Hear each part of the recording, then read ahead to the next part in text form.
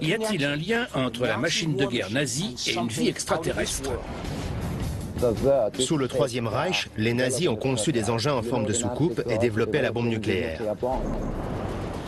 Il y a cette boussole allemande des années 40 qui a pu être utilisée pour les ovnis. C'est une boussole de navigation aérienne. Il est probable que les Allemands prévoyaient de développer une arme miraculeuse. Les nazis voulaient construire la Wunderwaffe pour gagner la guerre. On a découvert qu'ils avaient envoyé une fusée dans l'espace. Était-ce un simple test ou une tentative de communication? Nous avons visité un endroit inexploré qui pourrait expliquer le mystère qui entoure les nazis et les ovnis.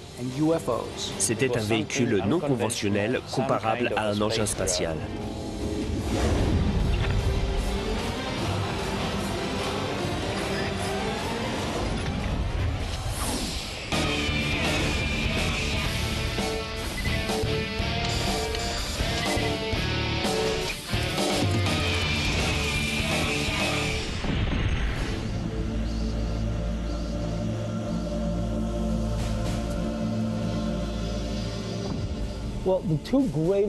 Les deux grands thèmes historiques du XXe siècle sont la barbarie nazie et l'apparition des ovnis.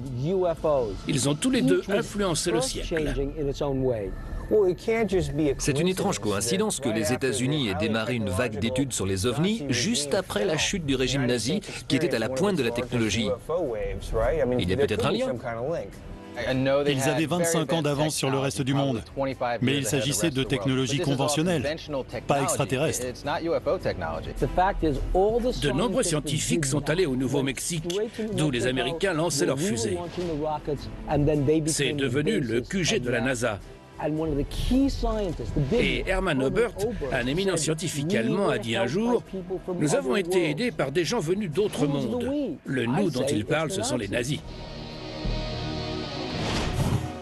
Nous sommes à Albuquerque, au Nouveau-Mexique. Nous allons rencontrer Bill Line, un vétéran de l'US Air Force qui détient une mystérieuse boussole allemande. Ce composant technologique pourrait expliquer le lien entre les nazis et les ovnis. Le numéro de série de la boussole nous a permis de remonter jusqu'à 1943 en Allemagne, où elle a été fabriquée. Cette boussole est ce qu'on appelle en termes techniques un compas de relèvement secondaire. Comme elle a un incrément de 30 degrés, elle n'est pas adaptée à un avion normal. Elle fonctionne avec une boussole maîtresse appelée gyro. Si vous la tournez vers l'étoile polaire, la boussole maîtresse gardera toujours son cap. La boussole de Bill dépend d'une boussole maîtresse. Voilà comment ça marche. La boussole maîtresse indique l'étoile polaire. Chaque fois que l'avion change de cap, il active un moteur dans la boussole maîtresse qui, à son tour, envoie un signal électrique au compas secondaire. Ce signal indique au pilote la localisation précise de l'avion et lui permet éventuellement de modifier son cap. Ça a l'air compliqué, mais c'est indispensable lorsqu'un avion ne peut se fier au champ magnétique de la Terre. Bill, où l'avez-vous trouvé? Je l'ai trouvée dans une casse ici, au Nouveau-Mexique. On devait la détruire. Après la Seconde Guerre mondiale, les labos militaires au Nouveau-Mexique ont généré des déchets non classifiés, comme les métaux revendus au public, et des objets classifiés qui devaient être détruits par l'armée. D'après Bill Line, cette boussole a échappé à la destruction et a mystérieusement réapparu grâce à l'employé d'une casse. Ce type était chargé de trier les objets à détruire, mais il récupérait certains d'entre eux pour se faire un peu d'argent en cachette. Deux éléments m'interpellent. Premièrement, un objet classifié échappe à la destruction. Et ensuite, cet objet se retrouve entre les mains d'un vétéran de l'armée de l'air et cet homme prétend savoir de quoi il s'agit. Je le reconnais parce que quand j'étais petit, j'ai vu des ovnis voler au-dessus du Nouveau-Mexique et traverser la frontière du Texas. Ils avaient une inclinaison de 30 degrés. Le vaisseau que j'ai vu en 1953 ressemblait à deux WO collés l'un à l'autre. Il mesurait environ 15 mètres de diamètre et était en métal brillant lumineux. Au-dessus, on aurait dit une décharge électrique qui produisait des couleurs incroyables. Il y avait une traînée lumineuse qui scintillait et qui s'est progressivement éteinte quand l'engin s'est éloigné. Et il a disparu en 3 secondes.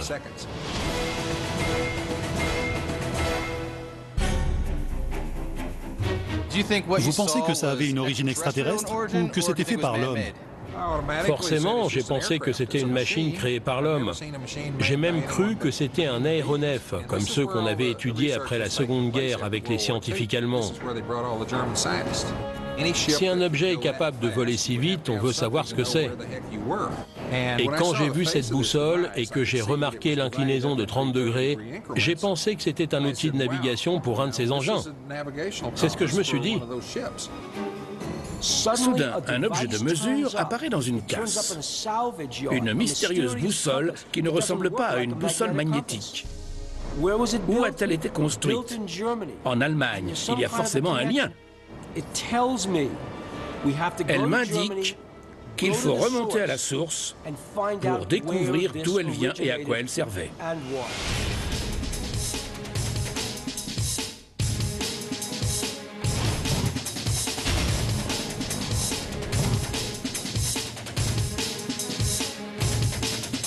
Si vous avez vu Les Aventuriers de l'Arche perdue, vous savez que les nazis ont parcouru le monde entier en quête de pièces de musée et de reliques dans le but d'invoquer un pouvoir spirituel.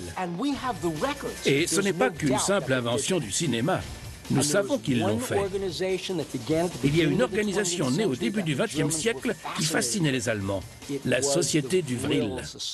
C'est une sorte de secte mystique qui affirmait pouvoir entrer en contact avec la race aryenne originelle, non pas depuis la Terre, mais depuis un lieu extraterrestre.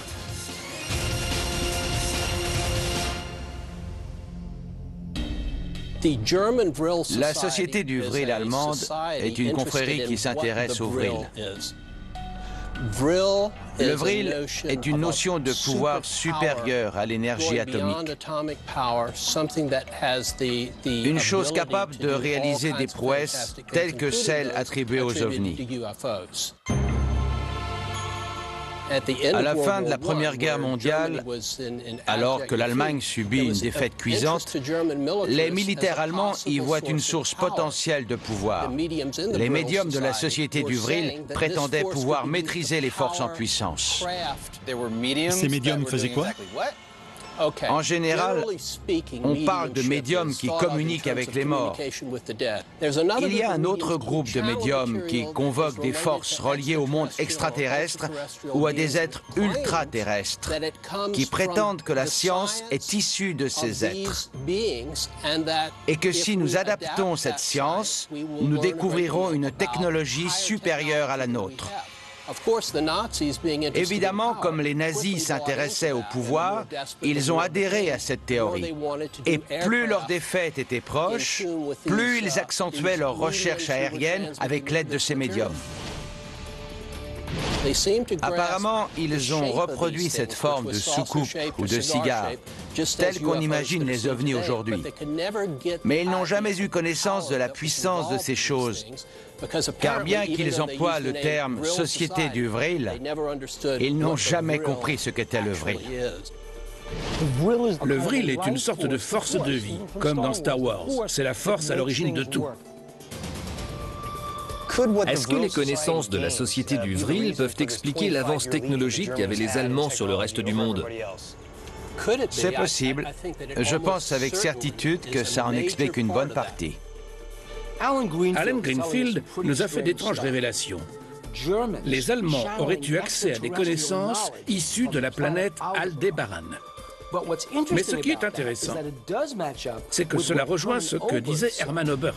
Nous avons été aidés par des gens venus d'autres mondes. On sait également que les nazis étaient prêts à tout pour leurs recherches scientifiques. Et ils étaient prêts à y mettre les gros moyens.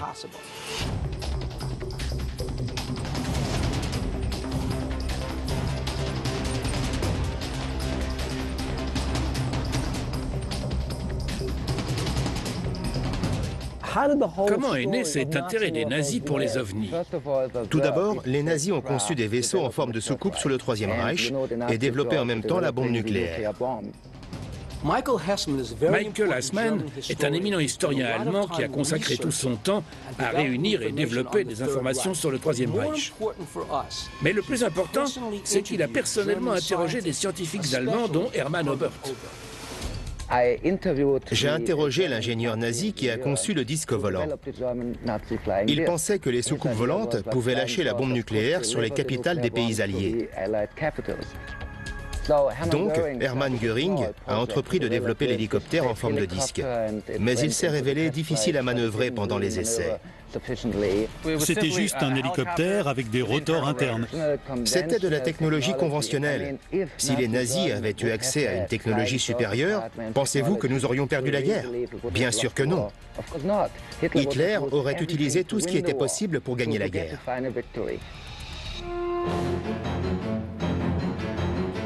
Il y a deux explications à la défaite allemande. Premièrement, ils n'ont pas pu développer cette technologie assez rapidement pour l'utiliser à des fins militaires. Et deuxièmement, nous savons que des scientifiques allemands ont refusé que le haut commandement ait accès à cette technologie.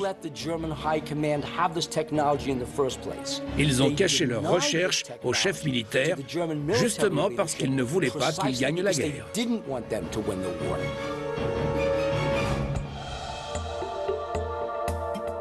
Hermann Oberth a déclaré avoir été aidé par des gens venus d'autre monde. Qu'est-ce que cela signifie? Après la Seconde Guerre mondiale, Oberth a rejoint le mouvement OVNI en Allemagne. Il est devenu président honoraire d'un groupe d'études d'OVNI. Et ce groupe d'études incluait des médiums et des voyants. Lui-même pratiquait la télépathie. Et il prétendait même recevoir des informations par ce biais. Donc il y parvenait. Oui, il croyait qu'il était entré en contact avec des extraterrestres par télépathie.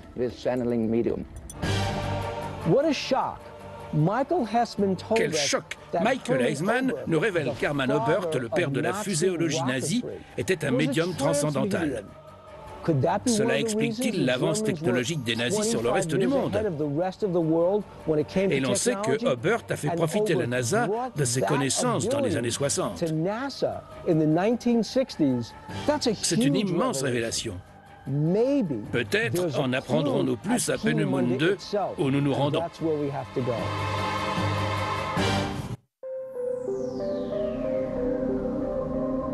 Nous allons essayer de comprendre ce qu'une boussole de l'époque nazie, qui aurait appartenu à un ovni, faisait dans une décharge au Nouveau-Mexique. Pour cela, nous sommes retournés en Allemagne en quête d'indices. Nous avons entendu de nombreuses théories sur l'explication de la suprématie technique des Allemands. Et nous arrivons à l'endroit même où Hermann Oberth et son protégé Werner von Braun ont mené leurs études. Le centre de recherche militaire de Peenemünde, ici sur la mer Baltique. Que représente Peenemünde pour l'effort de guerre? C'est le premier centre de recherche majeur au monde. On peut le comparer à la Silicon Valley si on veut. Christian Mühldorfer-Vogt dirige le centre historique et technique d'information de Peenemünde. Il a étudié l'ensemble des activités scientifiques des nazis. C'est ici qu'a été créée la première fusée qui a atteint l'espace. C'était une innovation, car avant cela, personne n'avait pu produire une poussée de 24 tonnes.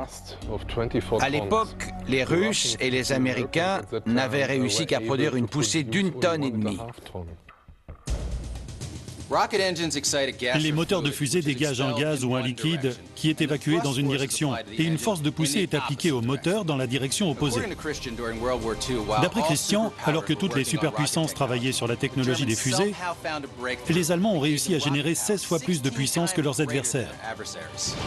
À ceci s'ajoutent d'autres technologies telles que les ordinateurs, les moteurs à réaction. Ils avaient une longueur d'avance sur leurs adversaires.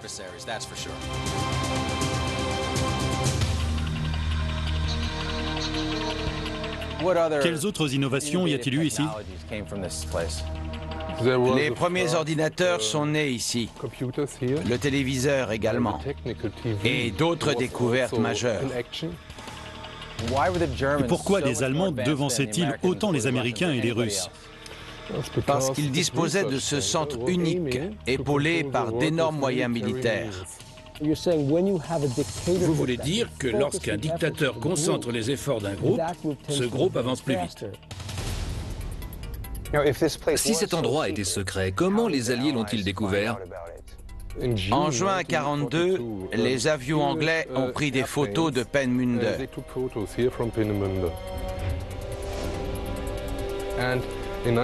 Et en 1943, ils ont lancé une première attaque de 600 avions de la Royal Air Force.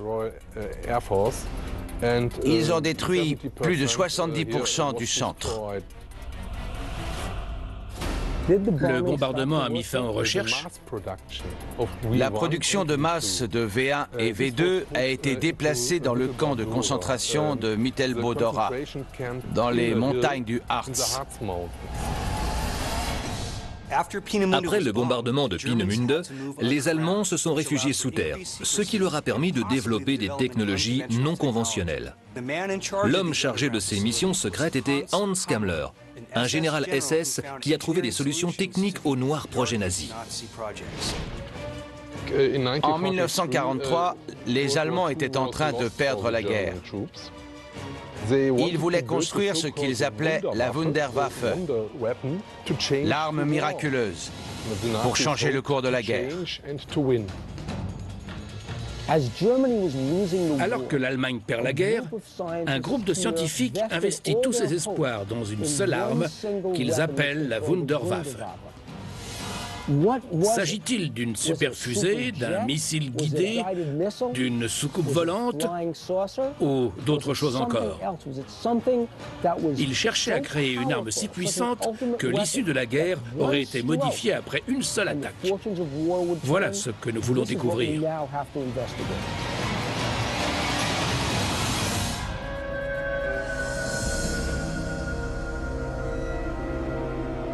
Vous avez lu le panneau? Oh wow. Munitionsbelastes Gebiet, Lebensgefahr, betreten verboten. Ça veut dire quoi?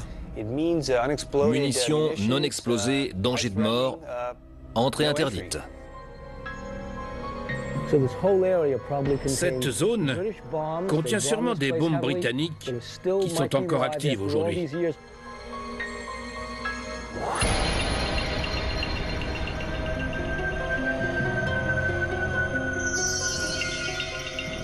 Pour moi, c'est clair. Les recherches scientifiques des Allemands ont débouché sur la fusée V2.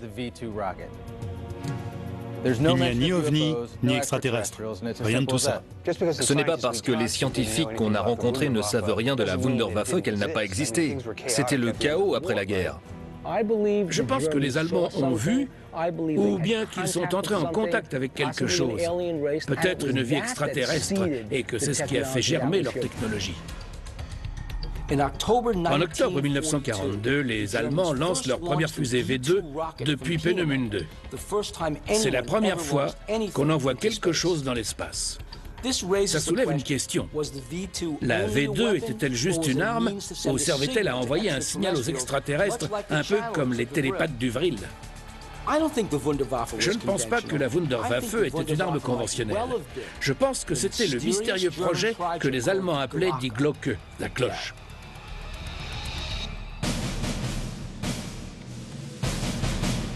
Nous avons organisé une rencontre avec le docteur Axel Stoll, un géophysicien expert de la théorie du champ unifié et auteur d'un livre sur la haute technologie du Troisième Reich. Cette haute technologie a été développée pendant le Troisième Reich.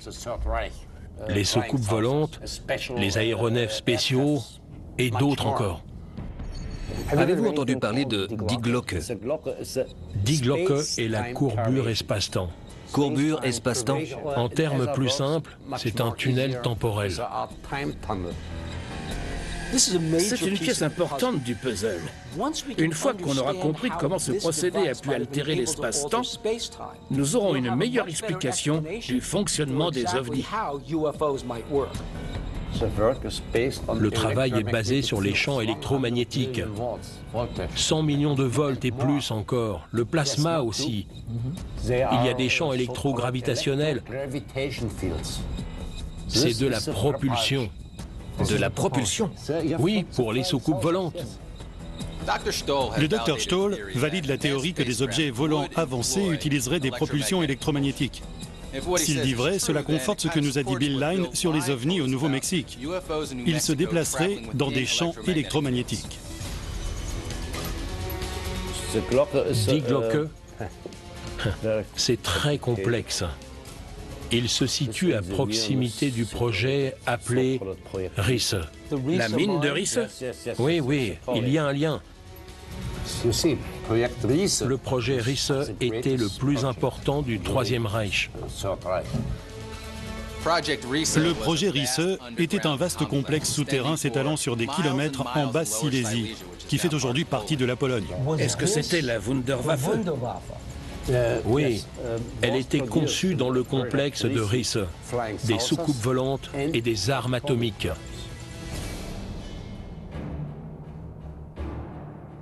La boussole de Bill Line J'ai pensé que c'était un outil de navigation pour un de ces engins.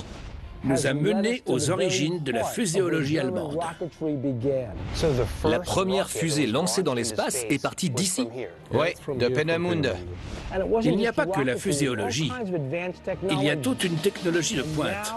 Maintenant, nous voulons enquêter sur les ressources souterraines. Que s'est-il vraiment passé?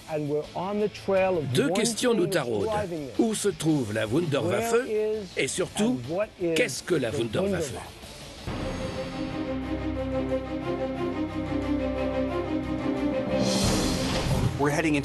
Nous nous rendons en Pologne, dans les monts des Hiboux qui ont hébergé le mystérieux projet Risse. En français, projet Risse signifie projet géant. Et il reste l'un des plus grands mystères du Troisième Reich. D'après le Dr Stoll, la cloche a été construite dans ces lieux. Nous allons explorer l'usine souterraine abandonnée proche de Jeszka en quête de réponse.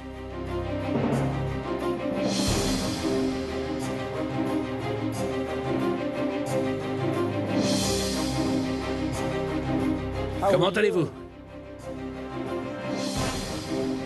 Je vais vous dévoiler certains secrets du Troisième Reich et ce que les Allemands faisaient ici. Igor Witkowski est un historien de l'aviation militaire. Il a été le premier à découvrir que la cloche a pu être construite et testée sur ce site.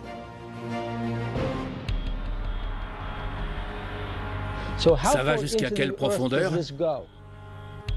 Ce tunnel va jusqu'à 300 mètres.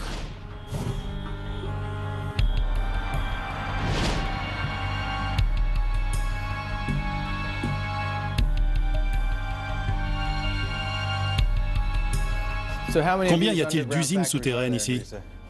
Il y a 6 structures comme celle-ci au sein de la mine. On est dans une des plus grandes? Non, c'est une des plus petites. C'est une usine souterraine. Elles sont toutes reliées entre elles et elles forment un immense réseau de tunnels.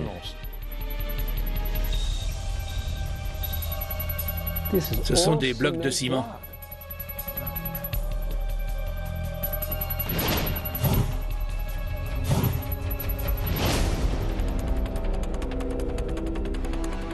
Nous sommes dans une petite pièce confinée avec une mitraillette. À quoi sert cette pièce? C'est un poste de garde. Il protège l'une des entrées du complexe Risse. Le fait qu'il y ait un bunker avec une mitraillette suggère qu'il se déroulait des activités secrètes.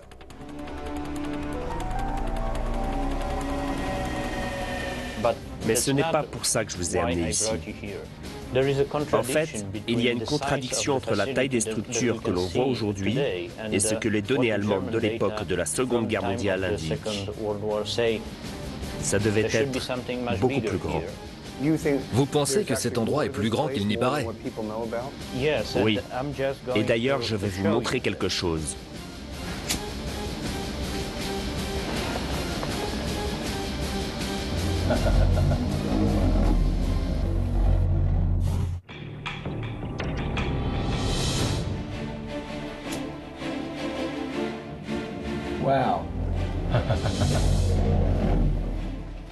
Nous sommes dans les monts Hiboux en Basse-Silésie, où le chercheur polonais Igor Witkowski nous révèle un projet majeur appelé projet Risse.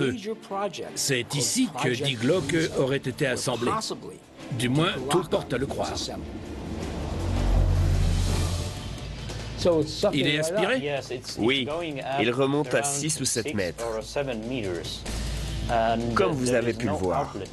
Or, il n'y a pas d'appel d'air à la surface de la montagne. Donc, il doit y avoir une grande cavité à l'intérieur. Nous savons que l'air chaud monte parce qu'il est moins dense que l'air froid. Quand Igor a enflammé le mouchoir, cela a créé un appel d'air qu'il a aspiré dans le tuyau. Cela prouve qu'une grande cavité d'air froid a attiré le mouchoir à cause de la différence de pression. Est-ce qu'on peut accéder aux autres niveaux ? Toutes les entrées ont été condamnées et il n'y a plus d'accès. C'est fondamental. On sait maintenant que cette caverne dans la montagne était assez grande pour contenir une arme qui a pu être déterminante dans le développement de la Wunderwaffe. Qu'y a-t-il au-dessus de nous? Eh bien, ce que nous ne pouvons pas voir, c'est la partie centrale du Risseux. Apparemment, c'est ici que la construction de la Wunderwaffe aurait débuté pendant la guerre. Igor, est-ce que vous avez une idée de ce qu'il construisait ici? Oui, et je voudrais vous montrer un autre endroit.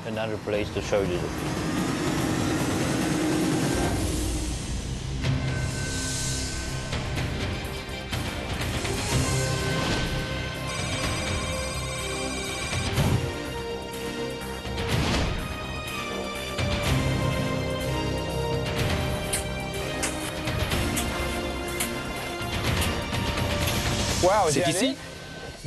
Incroyable, tu as vu la taille, Kevin? Oui, c'est imposant.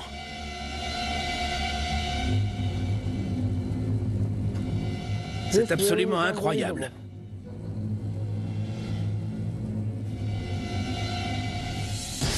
Nous avons un diamètre de plus de 30 mètres ici. C'est une structure très solide. Il ne ressemble pas à un château d'eau, ni à un support de tour de refroidissement. Celui-ci est recouvert de plâtre. Et je pense qu'ils l'ont même repeint avec une peinture camouflage. Un autre élément étrange, c'est qu'il est renforcé de manière inhabituelle, ce qui indique qu'une forte pression était exercée dessus. Vous voyez ces armatures? Vous pensez qu'un important dispositif a été testé et que ce henge était une plateforme? Il a pu servir pendant les tests de la cloche d'Iglocke.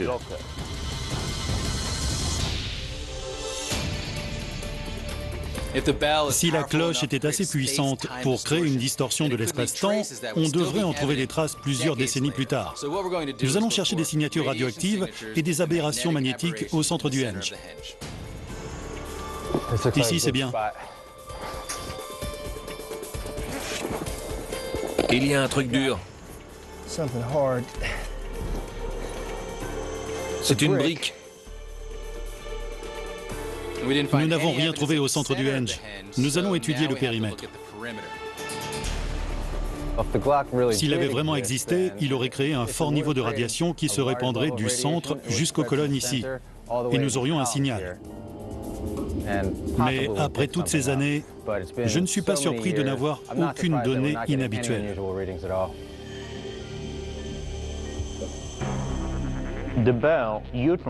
La cloche se servait de champs physiques distordus, en rapport avec la gravité, mais aussi avec la physique quantique. Si vous mettez en relation la gravité et la physique quantique, vous parlez de voyage dans le temps. Oui, c'était l'un des aspects du projet. Igor Witkowski nous explique la théorie du voyage dans le temps. Le voyage dans le temps, c'est quelque chose que j'ai toujours assimilé aux ovnis. Il nous a montré cette structure et comment la cloche a pu dérouter l'espace-temps local.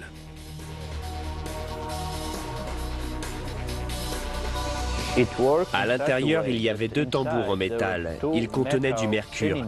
Et ces 2 appareils tournaient autour d'un axe à très grande vitesse. Aussi vite qu'une décharge électrique, en fait. D'ailleurs, tout cela fonctionnait à l'électricité.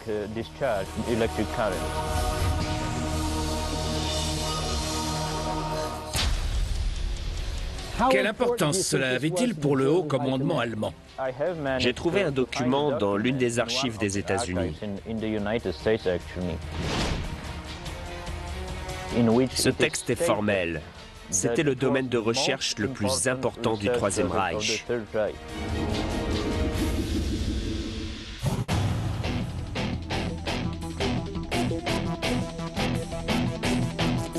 Allez, suivez-moi. Nous sommes en Pologne à la recherche d'un lien entre les ovnis et les nazis. Nous avons vu une étrange structure qui a pu servir de plateforme test pour les ovnis. Mais je pense qu'il existe une explication rationnelle. Et j'ai des preuves. Tu nous amènes dans une décharge? C'est super. D'ici, on verra bien. Regardez derrière moi. Vous contemplez le henge. Il est là. C'est un support en béton pour le réservoir d'eau d'une centrale électrique.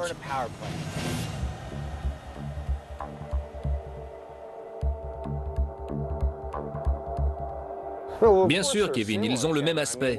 On ne dit pas que les extraterrestres ont construit le henge, ni que c'est une structure extraterrestre. Elles ont toutes les deux été créées par l'homme, donc elles se ressemblent. Oui, mais la première était camouflée.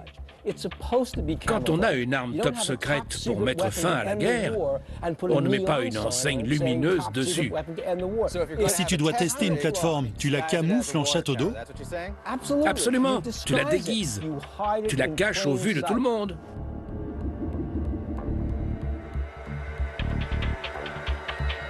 Il y avait une usine à côté du henge, une centrale électrique. Ils avaient besoin d'eau pour le système de refroidissement. Et c'est à ça que servait le henge. On le voit là. C'est le rasoir d'Occam. L'explication la plus simple est souvent la meilleure. Ici, il est évident que c'est la même chose. L'explication la plus simple est qu'il y avait une usine, elle avait besoin d'un système de refroidissement, et le henge est la base de la structure.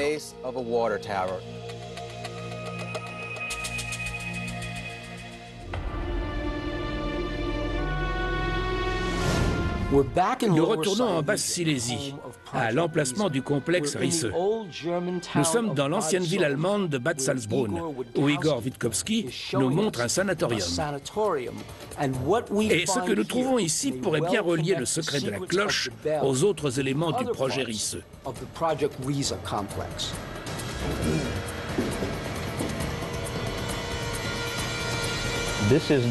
Nous sommes dans une chambre pressurisée. Ce lieu était utilisé par les Allemands pendant la guerre.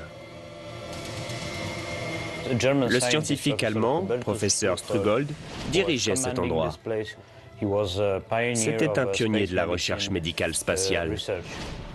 Pourquoi faisait-il des recherches dans la médecine spatiale ici à cette époque, en 1940 ? En fait, nous savons qu'il expérimentait des simulateurs de vol spatial, pour le compte de l'armée, bien sûr.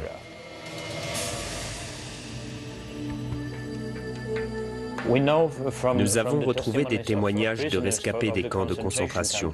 Ils disent que Strugold menait des expériences sur les gens.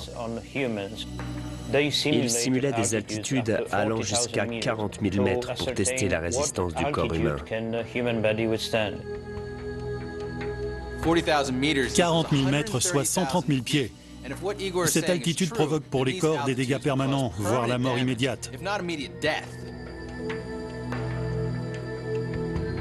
Que ce soit en rapport avec les extraterrestres ou pas, l'utilisation de cobayes humains pour ces expériences est un nouvel exemple de la cruauté nazie. C'est une chambre pressurisée, mais ce bâtiment était un sanatorium. Dans les années 40, il y avait beaucoup de maladies des bronches. Cette pièce ne servait-elle pas simplement à soigner ces maladies? On pourrait le croire.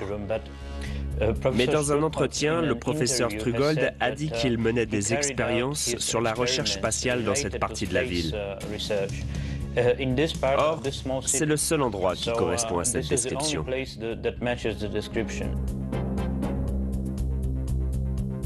Soyons clairs. Vous êtes en train de nous dire qu'en fait, cette pièce a servi à un programme d'entraînement, et cela dans le but d'envoyer les gens dans l'espace?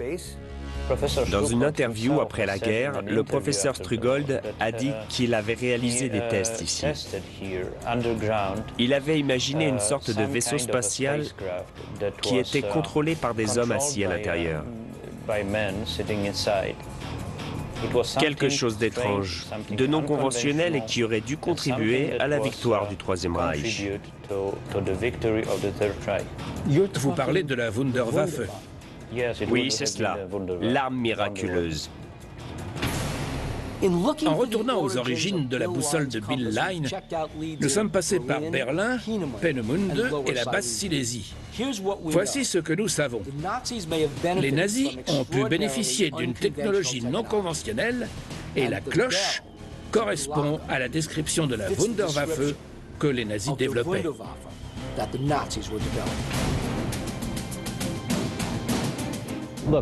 C'est comme les autres enquêtes qu'on a pu faire sur les ovnis. Il y a un témoin, mais on ne peut pas vérifier ce qu'il dit. Ça reste une information sans preuve. Il y a toujours une porte fermée ou un site souterrain auquel on n'a pas accès. Évidemment, c'est top secret. Tous les noms qu'on a cités, Debus, Aubert, Von Braun, ils sont tous allés travailler pour la NASA aux États-Unis. Pat a entièrement raison. Finalement, qu'ont fait les Allemands? Ils ont révélé leurs secrets et les ont transmis aux États-Unis. Il est de notoriété publique qu'à la fin de la guerre, des centaines de scientifiques nazis sont allés aux États-Unis. Pour suivre la trace des ovnis nazis, nous n'avons qu'une chose à faire. Nous devons suivre la piste de ces scientifiques allemands.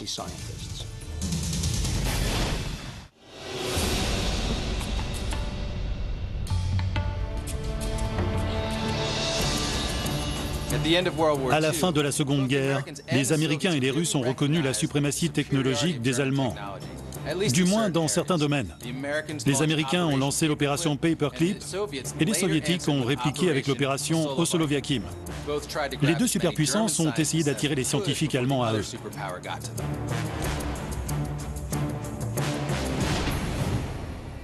Nous sommes à Huntsville, dans l'Alabama, pour en apprendre davantage sur l'opération Paperclip, sur le programme spatial américain et sur les ovnis nazis. Bonjour Bill, ravi de vous rencontrer. Merci de nous recevoir. L'opération Paperclip a débuté en septembre 1946 pour faire venir aux États-Unis d'anciens scientifiques nazis et des ingénieurs aéronautiques. Il leur a été offert l'immunité politique en échange de leurs recherches.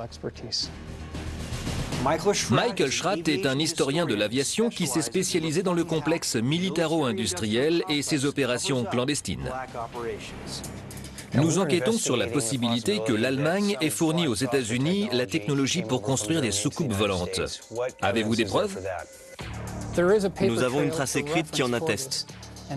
Ceci est un document issu de la base aérienne de Wright-Patterson qui montre que cette technologie a été importée depuis l'Allemagne nazie pour être ensuite utilisée par l'industrie aérospatiale américaine. Ça commence ici, en haut à gauche. Armée de l'air allemande, puis aviation civile, institutions techniques et de recherche, industrie aéronautique allemande. Puis, on atteint la division des documents aériens, ou T2 sur la base aérienne de Wright-Patterson, pour être filtré jusqu'à l'US Air Force, l'US Navy, l'armée des États-Unis, l'industrie américaine et les universités. T2 était la division technique aérienne de l'armée des États-Unis basée à Wright Field dans l'Ohio. Elle analysait tous les documents se rapportant à l'opération Paperclip. Ils enquêtaient également sur les rapports d'OVNI. Nous avons la preuve que certains engins américains et canadiens provenaient des originaux allemands. Ils travaillaient sur un avion gyroplane supersonique à décollage et atterrissage vertical, ce qu'on appelle un ADAV. C'était le projet Y. Le projet Y était une tentative de créer une voiture de l'espace à décollage et atterrissage vertical, une avrocar. Les images d'époque montrent la difficulté à maîtriser une soucoupe volante. Et la cloche a-t-elle été développée ici? La cloche faisait environ 5 mètres de haut sur 4 mètres de diamètre et possédait 2 tambours rotatifs dans la partie supérieure. Il y avait un conduit central qui descendait le long de l'appareil et se terminait dans ce qu'on appelle la bouteille thermos. D'après les documents allemands, nous savons qu'un produit chimique appelé Xerom 525 était injecté dans l'engin. Cette substance constituait le plasma vortex de la machine. Vous avez déjà vu ce type d'écriture autour de la base d'un engin? Le 9 décembre 1965, nous avons vu un engin pratiquement identique s'écraser dans la forêt de Kecksburg en Pennsylvanie. Il portait la même inscription hiéroglyphique. En 1965, à Kecksburg, en Pennsylvanie, un appareil ressemblant étrangement à la cloche se serait écrasé. Des milliers de personnes l'ont vu. Il aurait été récupéré par l'armée. Les nazis auraient construit la cloche et les Américains auraient utilisé leur technologie avec l'appui de scientifiques allemands pour en construire d'autres. Puisque ces engins sont identiques, quel lien peut-on établir entre la cloche en 1940 et Kecksburg en 1960? L'ingénieur, concepteur en chef du projet de la cloche, s'appelait Kurt Debus. Il a été directeur des lancements de la NASA de 1962 à 1974. Voilà la preuve que nous attendions. Kurt Debus, un ingénieur qui a participé au projet Risse et au Glocke, est venu en Amérique travailler pour la NASA. Il est directeur des opérations de lancement au moment des événements de Kecksburg, en décembre 1965. C'est la preuve que certains des ovnis que l'on observe sont créés par l'homme. Ce que nous voyons parfois voler, ce n'est pas eux, c'est nous. Quand on dépense 400 milliards de dollars par an pour des programmes secrets au budget opaque, on veut du concret. Et où conserveriez-vous ces soucoupes volantes? Sur le complexe de la base d'Edwards, sur la base militaire aérienne de MacDill, sur la base militaire aérienne de Wright-Patterson et sur le site d'essai du Nevada. La zone 51. La zone 51. Il est curieux que la plupart des scientifiques nazis qui sont venus dans le cadre du projet Paperclip aient tous atterri au Nouveau-Mexique, au Texas et dans le Nevada, qui sont tous des lieux privilégiés pour l'étude des ovnis. Mike Schratt nous en a dit beaucoup. Si vous considérez les plans que Schratt nous a montrés, au final, on peut en conclure qu'en fait, ça ne fait aucun doute que les Allemands avaient 25 ans d'avance sur tout le monde. Sérieusement, les Allemands envisageaient-ils d'envoyer des engins dans l'espace? Qu'est-ce que vous en pensez? Ils ont bien été les premiers à envoyer des fusées, non? Oui, Strogold a travaillé pour la NASA et a développé la première combinaison spatiale. C'est éloquent. Hubertus Strogold, l'homme derrière les expérimentations du sanatorium, a rejoint le programme de recherche de la NASA et a permis l'élaboration des premières combinaisons spatiales en 1958. Cela confirme la thèse d'Igor. Les nazis cherchaient à envoyer un homme dans l'espace. Ce qui m'a le plus impressionné, c'est la visite des équipements souterrains du complexe Riese. S'ils développaient bien une sorte de Wunderwaffe, ça aurait été l'endroit idéal pour le faire. Face à une défaite inéluctable, les nazis s'accrochent à leur projet.